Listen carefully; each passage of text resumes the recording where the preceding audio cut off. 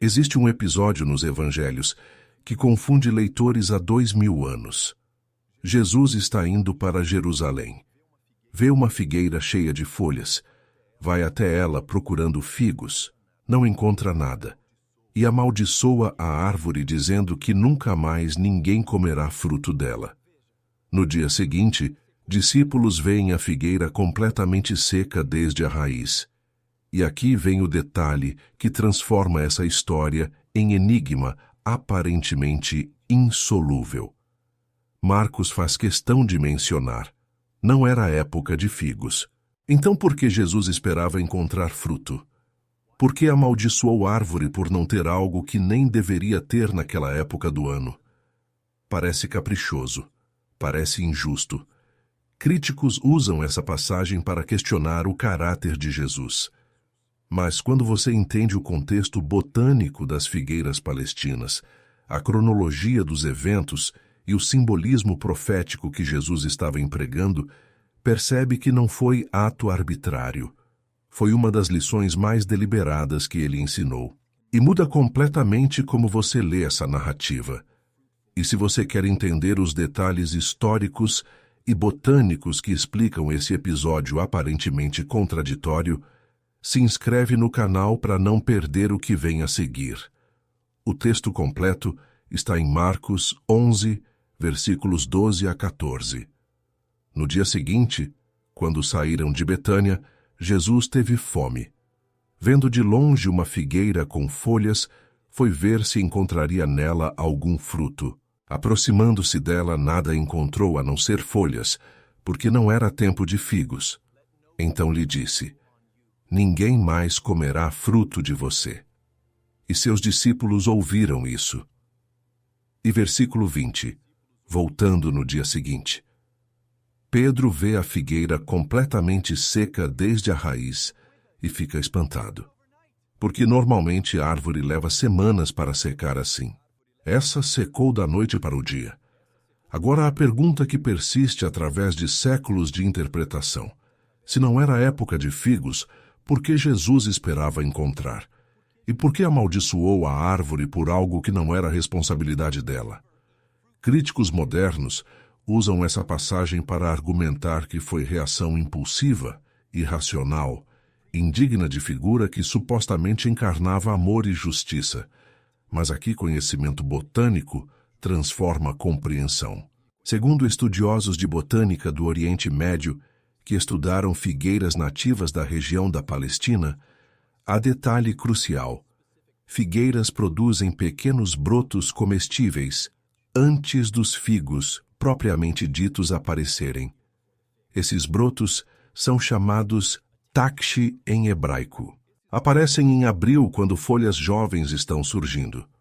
John Lightfoot, comentarista bíblico respeitado do século XVIII, explicou que quando folhas jovens estão aparecendo, toda figueira que vai produzir fruto tem esses takshi, mesmo que tempo de colheita de figos maduros, seja precoce ou tardia, ainda não tenha chegado. E esses takshi não só são comestíveis até hoje, mas são evidência certa de que a árvore não é estéril. Então aqui está o ponto. A figueira tinha folhas completas. Não folhas pequenas surgindo, folhas completas. Isso significava que deveria ter os takshi. Mas quando Jesus foi verificar, nada, nem os pequenos brotos. A árvore estava fazendo propaganda falsa. Parecia frutífera de longe. De perto, era estéril. E há outro detalhe. O texto diz que figueira estava em elevação perto de Jerusalém. Portanto, estaria fora da estação normal para figos. Mas, justamente por isso, fato dela já ter folhas completas seria indicação ainda mais forte de que teria fruto. Era a árvore que brotou cedo. Então deveria ter frutos cedo também. Estudiosos de botânica palestina explicam: fruto da figueira geralmente aparece antes das folhas, e como o fruto é verde, mistura-se com folhas até estar quase maduro. Então, quando você vê figueira cheia de folhas, mas sem nenhum fruto nem pequenos brotos, aquilo é sinal de que a árvore é estéril. Jesus não estava sendo irracional. Estava aplicando o conhecimento botânico comum da época. Qualquer agricultor palestino olharia para aquela figueira e diria: essa árvore está mentindo. Promete fruto, mas não entrega. Mas essa história não é apenas sobre botânica. É parábola encenada. Jesus estava ensinando algo muito mais profundo. E para entender, precisamos olhar contexto. O que aconteceu antes e depois dessa maldição? A cronologia. Jesus tinha acabado de entrar em Jerusalém no dia anterior com grande celebração. Povo gritando, Hosana, colocando mantos e ramos de palmeiras no caminho, expectativa massiva de que ele era o Messias. Mas Jesus foi ao templo, olhou ao redor e foi embora. No dia seguinte, voltando para Jerusalém, amaldiçoa a figueira. E depois disso, vai ao templo e expulsa comerciantes e cambistas. Vê o sanduíche narrativo? Marcos coloca a história da figueira ao redor da limpeza do templo. Não é coincidência, é proposital. Figueira representa algo maior. E o quê? Israel. Porque ao longo de todo o Antigo Testamento, figueira é usada como símbolo da nação de Israel. Há dezenas de passagens. Em 1 Reis 4:25, Judá e Israel viviam em segurança, cada um debaixo da sua videira e debaixo da sua figueira, desde Dan até Berseba, todos os dias de Salomão. Sentar debaixo da própria figueira era símbolo de paz, prosperidade e bênção de Deus. Em Oséias 9:10, Deus diz: achei Israel como uvas no deserto. Vi vossos pais como primeiros frutos da figueira. Figueira representava relacionamento de Israel com Deus. E nos profetas, quando Deus adverte sobre julgamento, fala de figueiras sem fruto. Joel, Abacuque, Ageu, todos usam figueiras estéreis como símbolo de julgamento divino sobre Israel por desobediência. Então, quando Jesus amaldiçoa a figueira, está fazendo declaração profética sobre Israel. Nação tinha toda a aparência de religiosidade, templo bonito, sacrifícios, festas, rituais, mas não tinha fruto que Deus esperava. Não tinha justiça, misericórdia, amor genuíno. Era apenas aparência externa, sem realidade interna, e limpeza do templo logo depois. Jesus entra e vê pátio dos gentios, que deveria ser lugar de oração para nações adorarem Deus, cheio de comerciantes, cambistas, vendedores de animais. Transformaram casa de oração em casa de comércio. E quem autorizava esses comerciantes? Sinédrio, líderes religiosos. Lucravam com isso. Jesus denuncia: minha casa será chamada casa de oração para todas as nações, mas vocês a transformaram em covil de ladrões. Religião tinha virado negócio, aparência de piedade sem realidade. Igual figueira cheia de folhas, mas sem fruto. E a conexão ainda mais profunda. Alguns estudiosos acreditam que figueira pode ter sido árvore do conhecimento do bem e do mal no Éden. Não macieira como popularmente se pensa. Por quê? Porque depois de comer fruto proibido, Adão e Eva costuraram folhas de figueira para cobrir nudez. É a única árvore especificada que sabemos com certeza que estava no jardim. E há livro antigo judeu chamado A Vida de Adão e Eva, do 1º século depois de Cristo, que afirma que fruto proibido era figo. Então, quando Jesus amaldiçoa a figueira, dizendo que ninguém mais comerá fruto dela, alguns interpretam como declaração de vitória sobre obra da queda, reinado do pecado e morte chegando ao fim. Mas voltando à interpretação principal, Jesus estava usando figueira como lição visual para discípulos. E lição era clara. É possível ter aparência de religiosidade, mas estar espiritualmente morto. É possível ir à sinagoga, cantar salmos, fazer orações, cumprir rituais e não ter nenhum relacionamento real com Deus. E Marcos faz questão de dizer que discípulos estavam ouvindo quando Jesus amaldiçoou a árvore. E quando viram árvore seca no dia seguinte, Pedro comentou surpreso. Jesus usou aquilo como ensino sobre fé e oração. Mas lição mais profunda era sobre autenticidade espiritual. Figueira era hipócrita. Prometia o que não entregava.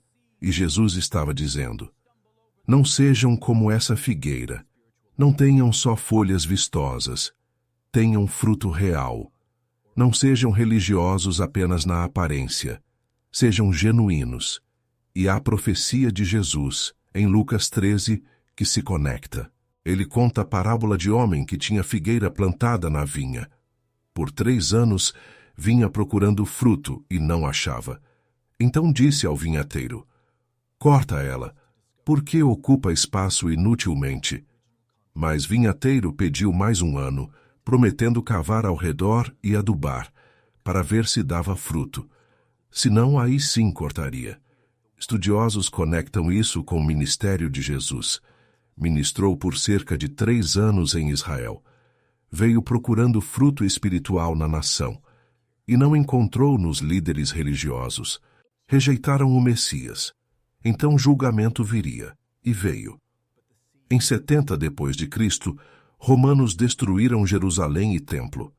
Nação aparentemente morreu, como figueira amaldiçoada. Mas há esperança também, porque Jesus deu outra profecia sobre figueira. Em Mateus 24:32. Aprendam a lição da figueira. Quando seus ramos ficam tenros e brotam folhas, vocês sabem que verão está próximo. Assim também, quando virem todas essas coisas, saibam que está próximo, às portas. Alguns interpretam isso como profecia sobre restauração de Israel. Figueira brotando novamente. E interessante, em 1948, Israel se tornou nação novamente depois de quase 2000 anos. Muitos veem isso como cumprimento profético da figueira florescendo, mas estudiosos acadêmicos como Tommy Ice alertam que essa interpretação é controversa. Antes de 1948, ninguém interpretava Mateus 24:32 como profecia sobre Israel se tornar nação novamente. Essa interpretação só surgiu depois que aconteceu. Então pode ser leitura retroativa, não profecia genuína. Consenso acadêmico é que Jesus estava usando figueira como exemplo da natureza, não como símbolo profético de Israel. Ponto era: assim como vocês reconhecem sinais da natureza, reconheçam sinais dos tempos. Mas voltando à figueira amaldiçoada, lição principal permanece. Jesus não foi injusto. Não amaldiçoou árvore inocente. Declarou óbvio sobre árvore que já estava morta por dentro, apesar das folhas bonitas por fora, e usou isso como poderosa lição sobre autenticidade espiritual. E essa lição se aplica até hoje. Quantas instituições religiosas, quantas pessoas têm toda a aparência de piedade, mas não têm fruto do Espírito? Têm folhas da religiosidade, vão aos cultos, sabem doutrinas, usam linguagem certa, mas não têm amor, alegria, paz, paciência, bondade, fidelidade, mansidão, domínio próprio. São como figueira, parecem bem de longe, de perto são estéreis. Jesus está dizendo: Deus não quer aparência, quer realidade, não quer folhas bonitas, quer fruto genuíno. Não quer ritual vazio, quer relacionamento verdadeiro. E há misericórdia de Deus nessa história também. Porque Jesus não amaldiçoou figueira sem antes ir até ela. Foi verificar, deu oportunidade. Só depois de confirmar que não tinha nada, nem pequenos brotos, pronunciou o julgamento. Da mesma forma, Deus não julga sem antes dar oportunidade. Veio em Cristo procurando fruto. Ministrou por 3 anos, fez milagres, ensinou, chamou ao arrependimento. Deu toda a oportunidade. Só depois que nação rejeitou definitivamente julgamento, veio. Então, recapitulando, Jesus não foi injusto com figueira. Botanicamente, figueira com folhas completas deveria ter pequenos brotos comestíveis, mesmo fora da época de figos maduros. A ausência deles indicava que a árvore era estéril. Jesus simplesmente declarou óbvio, e usou isso como parábola encenada sobre Israel e sobre hipocrisia religiosa. Lição é clara. Deus quer fruto real, não folhas bonitas. Quer autenticidade, não aparência. Quer relacionamento genuíno, não ritual vazio. E essa lição é urgente hoje. Vivemos era de religiosidade superficial. Muita aparência, pouco conteúdo. Muitas palavras bonitas, pouco fruto genuíno. Muita atividade religiosa, pouco relacionamento real com Deus. Figueira nos confronta. Obriga a perguntar: minha vida espiritual é real ou apenas fachada? Tenho intimidade com Deus ou só religiosidade externa? Produzo fruto do Espírito ou só folhas de aparência? São perguntas difíceis, mas necessárias. Porque se Jesus voltasse procurando fruto hoje, encontraria, ou apenas folhas vistosas sem substância real. E não esquece de ativar o sininho para pegar o próximo episódio sobre passagens bíblicas que ganham novo significado quando entendemos o contexto histórico e cultural original.